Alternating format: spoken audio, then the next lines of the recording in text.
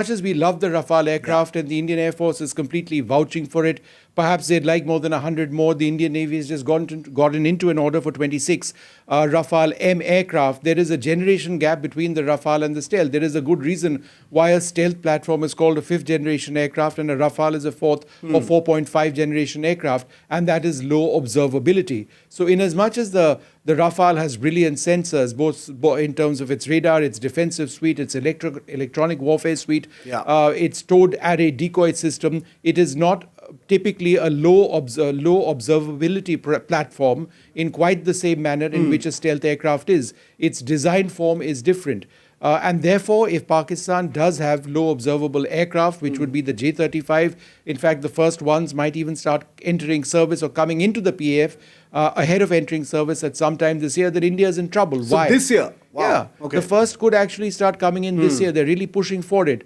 And they've gotten apparently into some agreement with the Chinese to ensure that the funding is done on very loose and terms favorable to Pakistan, as has been in the case in the past. If Pakistan starts acquiring low platforms which are low observable, in other words, stealth platforms, then that's an additional headache for the Indian Air Force, because tracking stealth aircraft requires a certain specialization. It's much more difficult. The time that you have to actually engage a potential stealth target is reduced greatly, and therefore, it's a problem.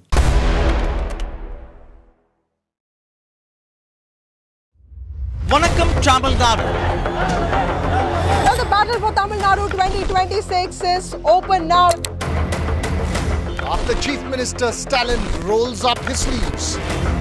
And Vijay steps in as a star challenger. This is a mass gathering, not for cash. Meanwhile, a former Chief Minister, Edapadi Palanisamy, begins his fight back. The big comeback campaign by EPS has well and truly begun. These are all the ultimate players, and this is going to be the ultimate test.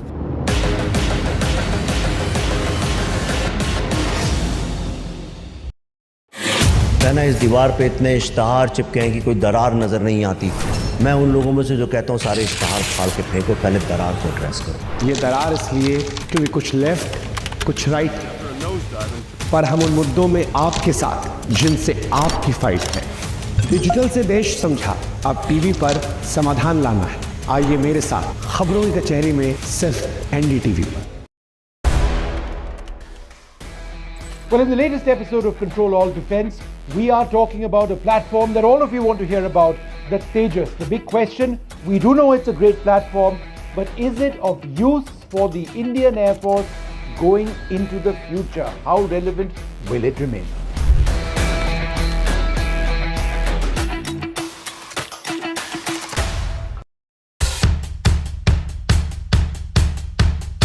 The markets move fast. And so should your portfolio. Expert insights, real-time stock picks. Do I buy Ola? Should I hold CDSL for the long term? Buy, sell or hold. The answers you need, straight from the experts. Callers from India and across.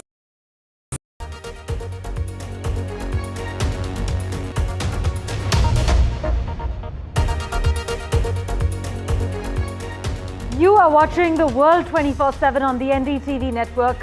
I am Parmeshwar Bava. An action-packed bulletin lined up for you. Let's begin with the top stories you need to know.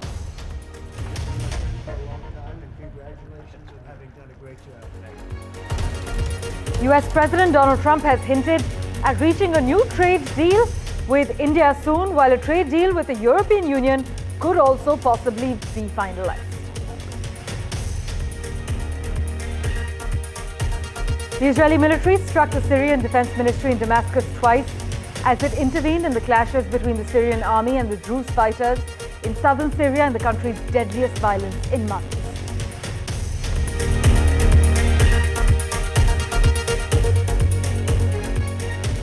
Iran's supreme leader Ayatollah Al-Khamenei has said that it is ready to respond to any renewed military attack, and that it could deliver an even bigger blow to its adversaries than what it gave during the 12-day war with Israel.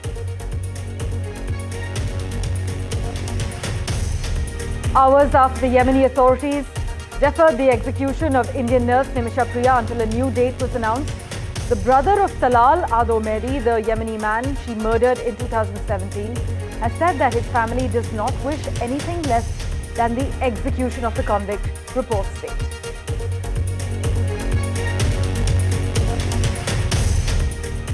The US resumed deportation flights to so-called third countries after Supreme Court cleared the way for the controversial practice.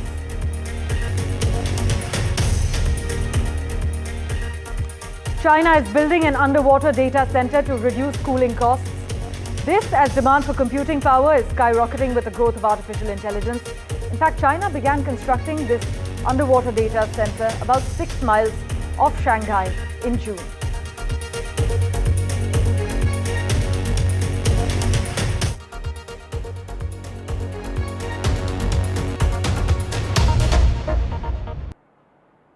Our big focus, US President Donald Trump has hinted at reaching a new trade agreement with India soon, while a trade deal with the European Union could also possibly be finalized.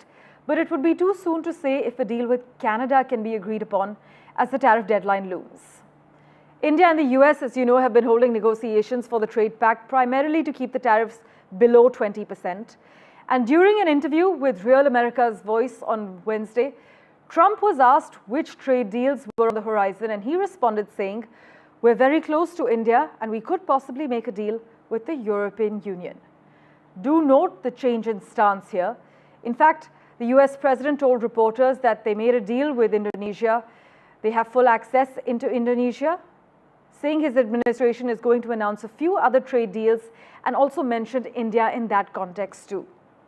By the way, the comments made by the US president come as an Indian delegation arrived in Washington on Monday to discuss and actually finalize trade deals. The EU trade chief, meanwhile, was also on the way to Washington for tariff discussions. Just listen in to Donald Trump's latest remarks. We had one yesterday, that was announced. We have another one coming up, maybe with India. I don't know. We're in negotiation. When I send out a letter, that's a deal. In other words, it's a deal. The best deal we can make is to send out a letter. And the letter says that you'll pay 30%, 35%, 25%, 20%. We're very close to a deal with India where they open it up. Sakshi Bajaj has been tracking the finer developments. She joins us live at the moment. Sakshi, so during this latest interview, Trump has said that he's close to a trade deal with India and possibly a deal with the European Union, which is quite a change in stance, right? That's right. Another day, another interview, and another remark really from US President Donald Trump. Him very clearly saying the US is close to a trade deal with India now. This just a day after him saying that, look, the US has access to the Indian trade market. Now, what is India saying? First, for our viewers to understand, India is very clearly saying that, look, the Commerce Minister Piyush Goyal has said that the progress of the talks are taking place at a fast pace and they are looking at a deal in sight. However, very clearly, India has drawn red lines as far as the dairy and agriculture sectors are concerned. Now, as far as the European Union is concerned, remember, a very crucial trading partner there for the US, Donald Trump's stance has clearly taken a 360-degree turn, with him now saying there is a possibility of a trade deal. Remember, this comes in the backdrop of various other nations now looking at trade deals with Europe as well, and therefore his remarks are again getting investors glued into what's next. Sakshi, thanks so much for joining us with the latest. The other crucial headline we're tracking, Israel bombed the Syrian army headquarters in Damascus after warning the Islamist-led government to leave the Druze minority alone in its Sweida heartland, where a war monitor says sectarian clashes have killed nearly 250 people.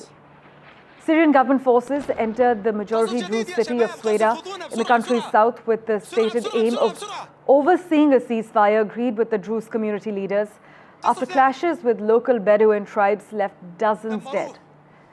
This fighting, though, marks the most serious outbreak of violence in Syria since government forces battled Druze fighters in Sweida province and near Damascus in April and May, leaving more than 100 people dead. Here's what the US and Israel are saying. Listen in, followed by a report from Al Jazeera.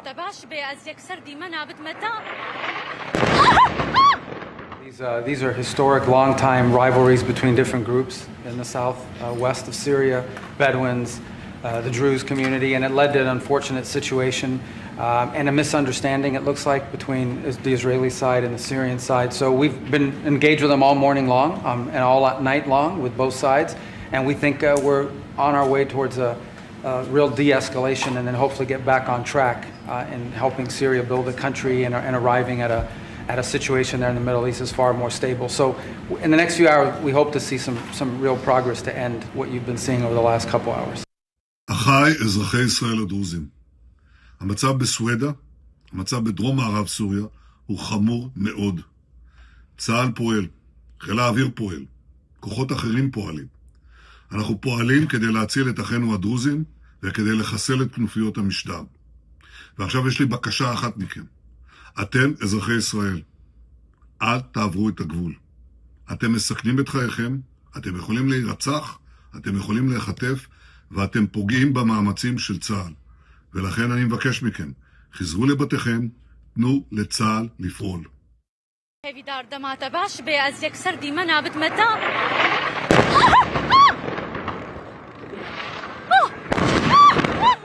ميار خليك على الارض خليك على الارض خليك على الارض خليك على الارض ميار خليك على الارض ميار هیویدار دمات باش به از یک سردی من آبت متا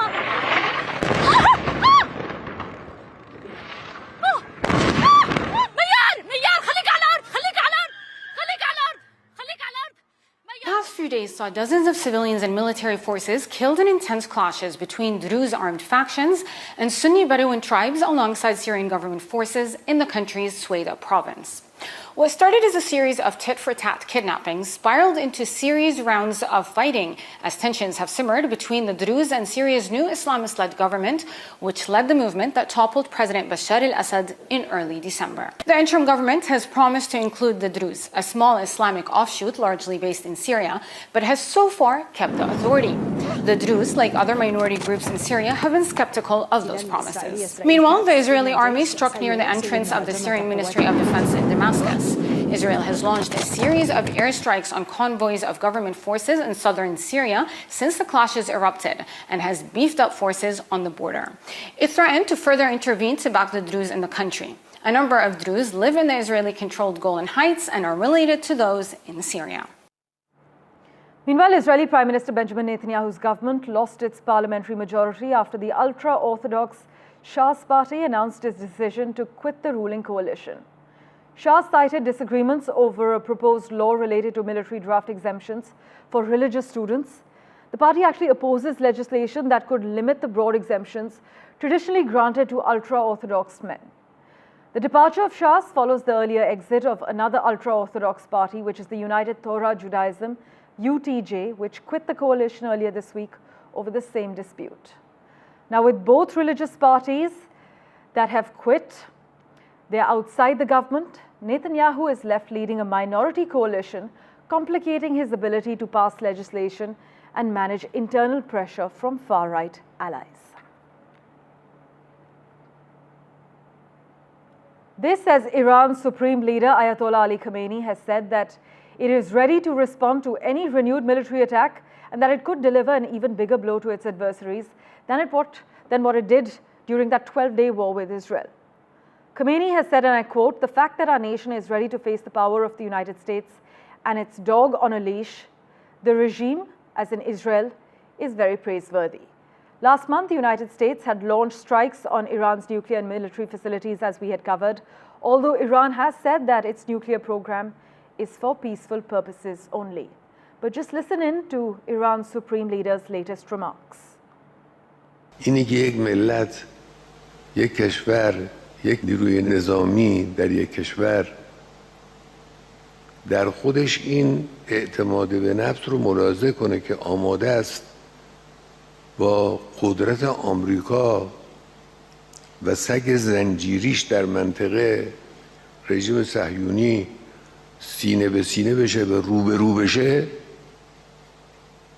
نفس این اراده، نفس این اعتماد به نفس، این یک ارزش بسیار بسیار مهم. ملت به اینجا رسیده که مستقیم میایسته سینه به سینه این قدرت، از او نمیترسه بلکه او رو میترسانه. Let's switch tracks now. Well, efforts to save Nimisha Priya, who was sentenced to death by Yemen for killing Talal Abdo Mehdi, her husband, whom she had accused of harassment, may have suffered a setback because of media reports focusing on blood money or cash offered to his family in exchange for a pardon. Samuel Jerome, who is a social worker in Yemen battling to bring the Kerala nurse home, has told NDTV that Mr. Mehdi's brother was angry after media reports seemed to show the family more interested in the money than justice. But Mr. Jerome told NDTV he is working to repair and restore relations with Mr. Mehdi's family. This, Mr. Jerome said, was after reports from India claimed that $1 million would be paid in blood money for Mr. Mehdi's family, who would then forgive Ms. Priya and lift the death sentence over her. Vishnu Shom spoke to Samuel Jerome. Listen in. You are working to save the life of Nimisha Priya. Can we take for granted at this stage that you have won this battle, or is it still ongoing? Nobody has won anything. People have to understand there's something. So that's a very, that would be a very, a very out of context statement. What we have done is we have gained some time to plead mercy to the family.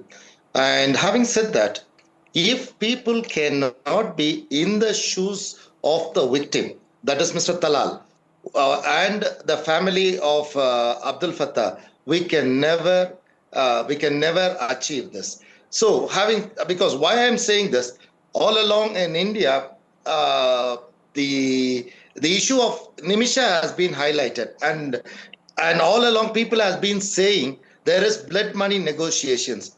The term blood money negotiation itself is very wrong. I had met the brother. I've met the brother twice, and I met the father once, and it was just pleading for mercy. We cannot go there and sit and ask and say how much money you take. That's totally upset. I don't know how people in India think about that, though. And also my relationship with the family has been built since 2017. Slow, steady. During every court hearing, I used to go. I used to talk to him. I used to shake my hands, and kind of meeting them, and like this. That is how I built a trust over this long period. Now, yesterday, unfortunately, because of all the media things that came up and all those things, we really had a setback that the brother posted that he was absolutely not interested in anything. That's really a very big setback. No, but what is the situation now? Honestly, this is something, a time where I should have been sitting and planning and thinking how I can move forward. But then all the bridges that I built all this year has been burnt down. That is the fact of the matter, So now I have to again build the bridges. Well, in other news, the United States resumed deportation flights to so-called third countries after the Supreme Court cleared the way for the controversial practice. So 5 migrants from 5 different countries were flown on Tuesday to the small southern African nation of Eswatini, and the Donald Trump administration has previously sent deportees to El Salvador and South Sudan as part of its intensifying immigration crackdown, drawing scrutiny and legal challenges, as you can imagine. But by the way, it's not unheard of for governments to deport people to countries they aren't from. Australia sends asylum seekers to offshore processing facilities in Pacific Island nations, and the UK's previous government struck a similar deal with Rwanda, as we had covered. But that plan cost more than $900 million, and only a total of 4 migrants were actually transferred. By the way, to grow its economy, China is betting big on artificial intelligence, cloud computing, and other digital tech. And a big part of that bet involves rapidly building data centers to boost computing power. But these massive collections of servers gobble up growing amounts of energy, and each one cycles through hundreds of thousands of gallons of water a day to carry away the heat they generate. That actually means these facilities in China and beyond will increasingly compete with water demand linked directly to human survival, from agriculture to daily drinking. And many companies have cited their data centers in some of the driest regions of the world, including Arizona, parts of Spain, the Middle East because dry air reduces the risks of damage to the equipment from humidity. But China, by the way, is addressing this underwater. Partly to address water concerns, China is now putting a data center in the wettest place there is, which is the ocean. So this June construction actually began on a wind-powered underwater data center about 6 miles off the coast of Shanghai, one of China's AI hubs. The latest updates and news continue in a moment right here on NDTV. Slipping into a very quick break now. You stay tuned.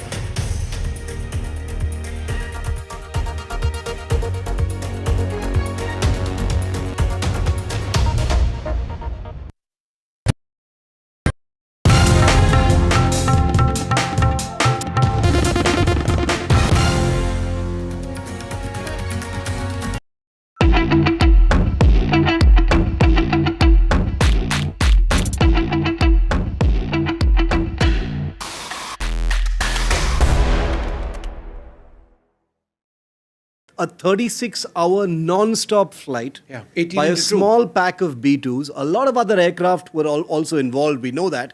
But let's talk about the B-2 flight itself. They took off from Missouri. 36 hours later, they landed back without once landing. They delivered their bombs 18 hours later over Iran and then came back. How was this possible? Because the Department of Defense says at no point of time on this 36-hour journey was there any reason to believe that they were either detected or reacted to? Well, they weren't detected, because if they were, then they'd be in some serious trouble. It's one of the most unbelievable missions, one of the most historic long-range strike missions. There were 7 B-2s, which by B-2 standards is a fair number of them. There was deception in the very beginning. There was a sense that some of them were flying west across the Pacific. In fact, they weren't. And even if a few planes were positioned in one area, they were not going to be flying the Pacific route. That was the big distraction. On social media said, you see the bombers, they're now flying west, so you know what's coming your way. But no. They flew them east across the Atlantic. There were 125 aircraft in total involved. Refuelers were involved at every stage. There were fighter aircraft which linked up 4th generation and 5th generation planes, 5th generation being stealth aircraft. And then after an 18-hour flight one way, right, shortly before they struck their targets, which was primarily Fordo, using a remarkable weapon which we'll talk about called the GBU-57, 30,000-pound weapon. Monster. Before that took place, there were several land attack cruise missiles launched from American submarines and possibly destroyers as well. Possibly in the Persian Gulf. Submarines, they don't tell us a location. That could be as far out. The American media says it was one submarine called the USS Georgia. So again, location, I'm not sure if that would be Persian Gulf, could be the Mediterranean, could be the North Indian Ocean as well. But this is what I found interesting. By the time those land attack cruise missiles, Tomahawks, actually struck their targets in Natanz and Esfahan, the American B-2s had already left. So in other words, they launched their missiles first, but by the time the missiles hit, they were the last to hit their impact points. But that's just the nature of the weapons, which are a bit slower than, the aircraft going in the B-2s and dropping their bombs and then getting out. A question that I'm often asked, Vishnu, is 125 aircraft were accompanying at various points of time. It's not like it was this big swarm of aircraft flying together, which people may be tempted to think when they hear the word 125 aircraft were involved. But tell me something. When the B-2s entered Iranian airspace or sensitive or contested airspace at any point of time, would the B-2s have been alone, or would those 5th generation fighters have been with them? The 5th generation fighters would have been with them, 4th generation fighters as well. And what we do know is that escort and support aircraft linked up with them and in a sense cleared the path of the B-2s. Because what did they do? They deployed high-speed suppression fires against surface-to-air missiles. So they were being absolutely clear. Now, the Iranian radars wouldn't have likely picked up the B-2s at all. It's got a radar signature of smaller than a sparrow. Tiny. So you don't necessarily pick that up at all, but they weren't taking any chances. They were clearing the airspace for them, taking out.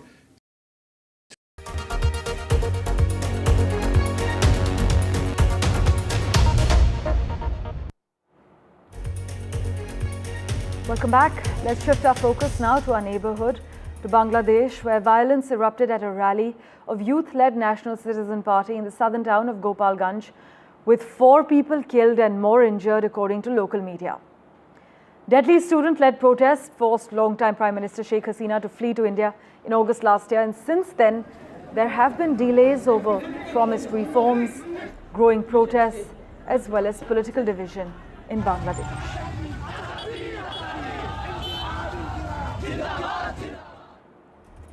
Meanwhile, Pragnananda has taken down Magnus Carlsen in the 4th round of rapid chess at the Las Vegas Freestyle Chess Grand Slam Tour. He played a superb game with the white pieces to beat the former world champion. And with this win, Pragnananda is the sole leader of his group with 3.5 out of 4 points. There will be 3 more rounds of rapid chess played. The top 4 players from the 2 groups will make it to the winners bracket.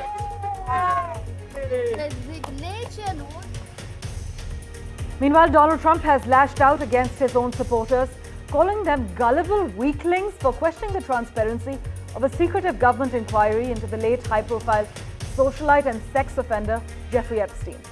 The US president is struggling to contain a political crisis within his usually loyal Make America Great Again base, his MAGA base, over suspicion that the administration is hiding details of Epstein's crimes to protect the rich elite Epstein associated with, which included Donald Trump. Nvidia is back in action with its China sales, and the market is cheering. The chip giant has received a green light from the US government to resume exports of its advanced H20 AI chips to China, according to multiple sources. The announcement triggered a strong market response, with Nvidia's stock price jumping 4.47% in pre-market trading. AMD, by the way, also rode the wave, gaining 3.18% to hit the $150.89 pre-market. The news, which signals a potential easing in US-China chip tensions, is drawing serious attention from investors, analysts, and AI industry leaders. Meanwhile, a rare oil portrait of Mahatma Gandhi, believed to be the only one he sat for the artist to paint, has fetched triple its estimate at £152,800 or 1.75 crore rupees in an auction in London. This painting, which had never before been offered at auction, had been on offer for an online auction with a guide price range between £50,000 and £70,000 and was the top lot of the travel and exploration sale. Meanwhile, a volcanic eruption in southwestern Iceland has once again forced the evacuation of local residents and the internationally known Blue Lagoon geothermal spa. The eruption began around 4 a.m. on Wednesday local time, following an intense swarm on the peninsula southwest of the capital. Some 100 people were evacuated shortly after this activity began, and tourists at a campsite and guests at the Blue Lagoon were forced to quickly pack their bags. In other news, 2 stars of the Harry Potter films, including actress Emma Watson, were each banned from driving for 6 months after being caught speeding in separate incidents. Emma Watson, who is still a student, already had 9 penalty points on her license prior to this speeding offence. Now she has been ordered to pay a total of £1,044 by a court. She, by the way, was banned for driving at 38 miles an hour in a 30-mile zone in southeastern Banbury last July.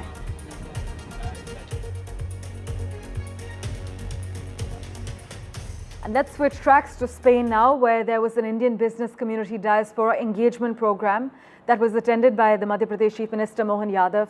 Here's a glimpse for you.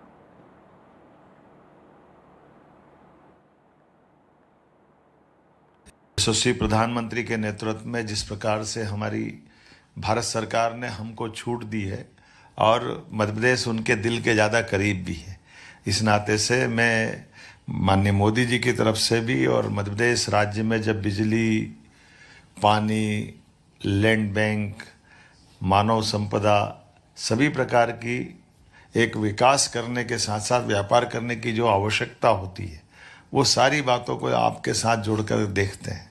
तो मैं इस तरह से बोल सकता हूं कि आज इस पूरी बिजनेस मीटिंग में जिस दृष्टि से मंच से बात हुई है, उतनी गंभीरता से आपने सबने भी सुना है। Thank you so much for investing your time and watching this edition of The World 24/7. As always, we'll keep tracking the latest for you. Do stay tuned.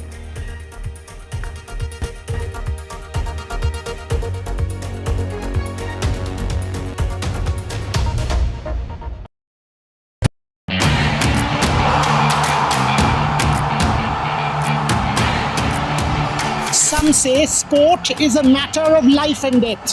The truth is, it is far more serious than that. Sport is about ecstasy and agony, about pain and suffering, about joy and much more. Some say there's no one better to tell these stories. So here I am. Join me, Boria Majumdar, on India's #1 news network.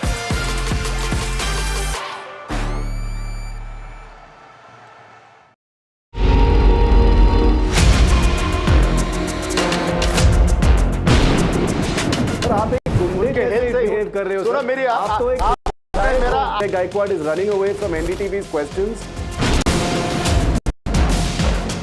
That issue is not before the High Command. It was not discussed so far. Kolhapuri couples costing $1,300. The noise we made finally got heard, and it's so nice that somebody took action on it. Pictures and videos of women that were taken in the Bengaluru metro, now on Church Street and other prominent places in Bengaluru. We managed to arrest both of them. We are bringing you now, for the very first time, is that the Air India preliminary crash report is out. This 15-page report into 10 key findings of what really is being said in this probe report. What's reporting without impact? NDTV 24/7. I've been reporting on all issues big and small from Andhra Pradesh, Telangana, rest of South India, bringing you all the action, all that you need to know, all that you want to know. The energy of maximum city is infectious. I'm bringing that energy in our news coverage from financial capital Mumbai. Covering from the southernmost part of India over the last 23 years, I bring in-depth and 360-degree coverage from the Dravidian heartland. The land of Mishti, also known for its bitter politics. I have seen much water flow under the Howrah Bridge, covering Bengal in all its vivid colors. India's IT capital is always bustling, a city full of startups, stories and surprises. And I keep you ahead on all the Bengaluru buzz. जनता के पास सवाल ही सवाल है, जवाब ढूंढने को वो देखती है न्यूज़, और देखती है यहाँ तो सवालों का मायाजाल है। ऊपर से ये अलग फाइट है, कोई पूरा लेफ्ट तो कोई पूरा राइट है, बीच में मुद्दे के साथ कौन है, जनता को जवाब चाहिए। इसीलिए सवालों की परेड नहीं, मैं लाऊंगा खबरों की कचहरी। मैं शुभांकर मिश्रा, मेरे साथ देखिए कचहरी रात 8 बजे सिर्फ NDTV इंडिया पर। Vanakkam Tamil Nadu. Well, the battle for Tamil Nadu 2026 is open now. After Chief Minister Stalin rolls up.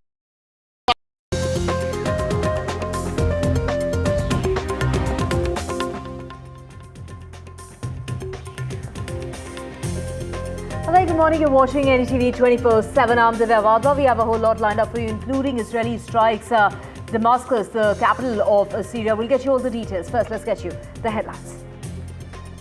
Israeli strikes rock Syrian capital Damascus, and the Israel escalation is in support of the Arab minority group. So Israeli army first struck a military target in the area of the Syrian presidential palace, but before that bombed the army headquarters in Damascus. Now the United States is saying that they're on their way to de-escalation in order to bring this troubling and horrifying situation to an end that they're expecting tonight.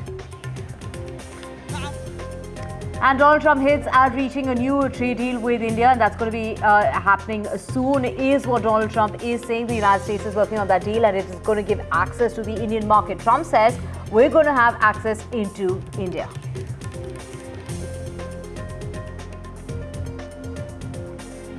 Outrage over Odisha campus horror and protest over the death of the 20-year-old student who self-immolated